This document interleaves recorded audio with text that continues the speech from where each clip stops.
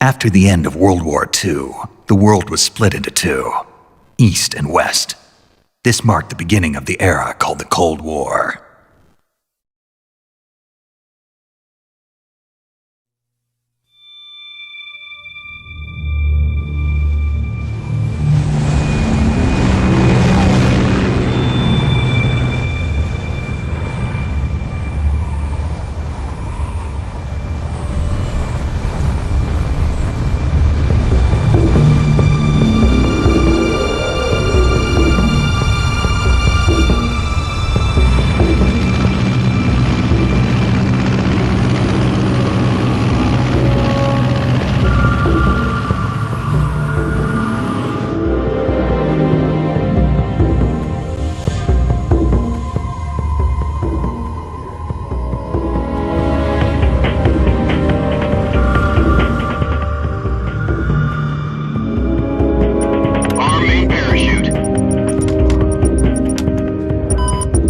Still showing a high-pressure mass.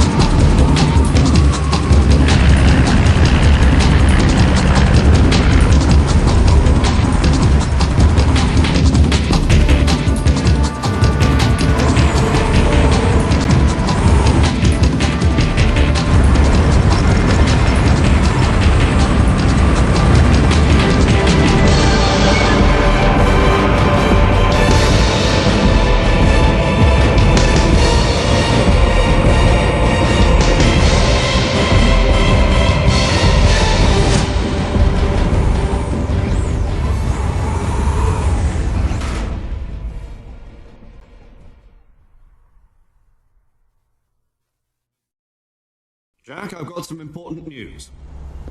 The head of the CIA has finally given us the green light for the Virtuous mission. Virtual mission? No, the Virtuous mission. The future of our Fox unit depends on it. If it succeeds, we'll be officially organized into a unit. Virtuous mission? Sounds like some kind of initiation ritual. Don't get cocky. This isn't a training op. Right. So what exactly is this wonderful mission?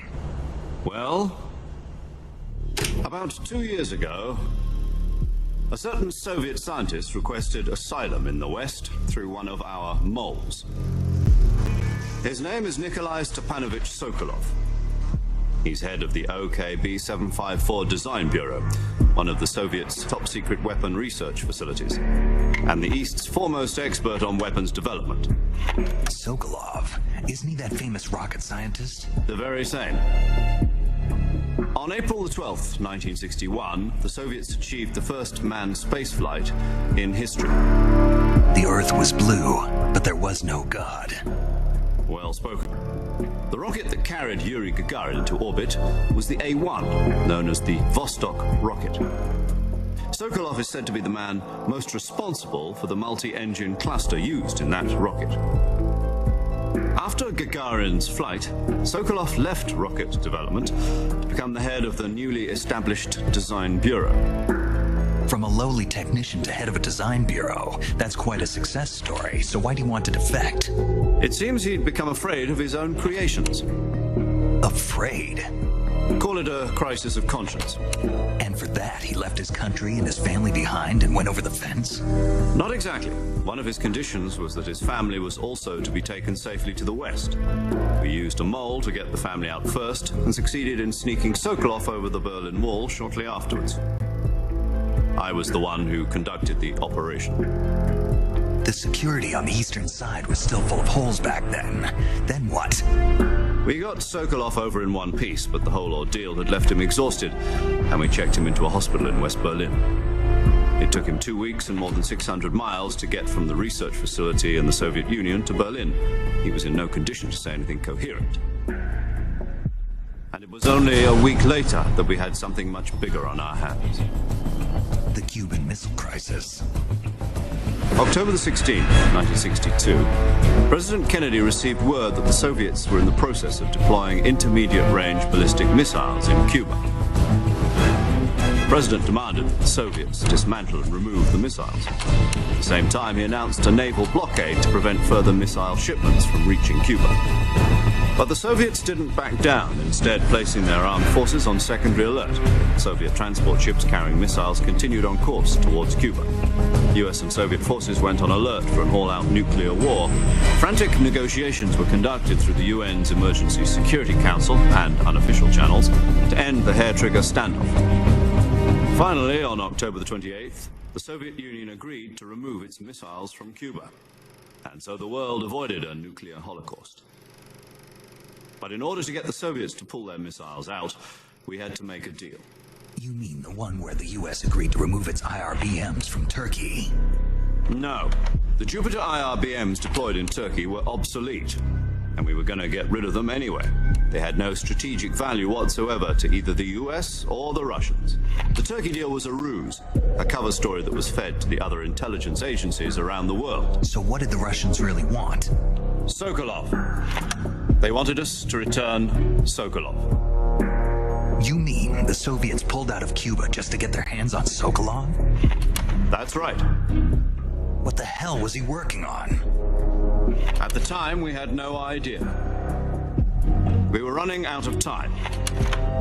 It was either give up Sokolov or risk full-scale nuclear war. In the end, we had no choice. President Kennedy gave in to Khrushchev's demand. The next day, I got Sokolov out of the hospital, handing him over to agents on the eastern side. Sokolov kept on screaming, "Save me," until he disappeared from my sight. Then a month ago, we received some new information from one of our moles. About Sokolov? Yes. He was taken back to the research facility and forced to continue working on the weapon in question under KGB supervision.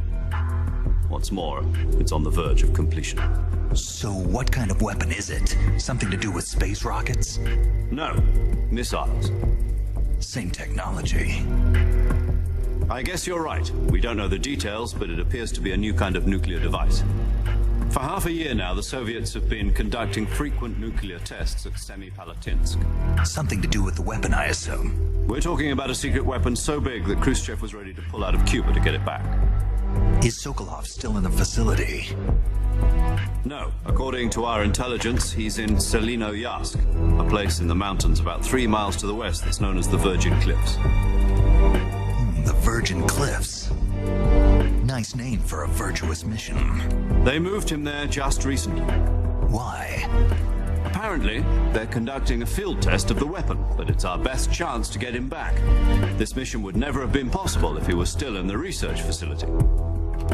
This is our last chance. Sokolov must have known that too when he contacted us.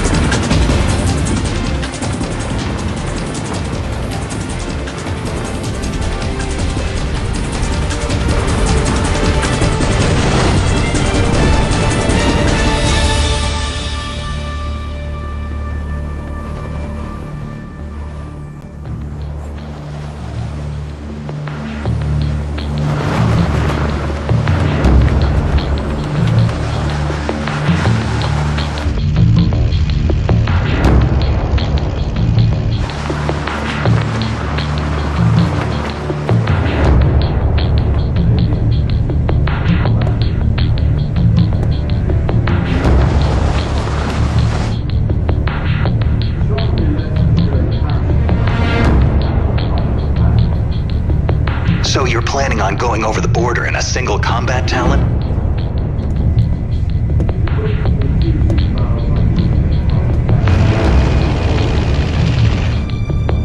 Sounds like she could hold her own against a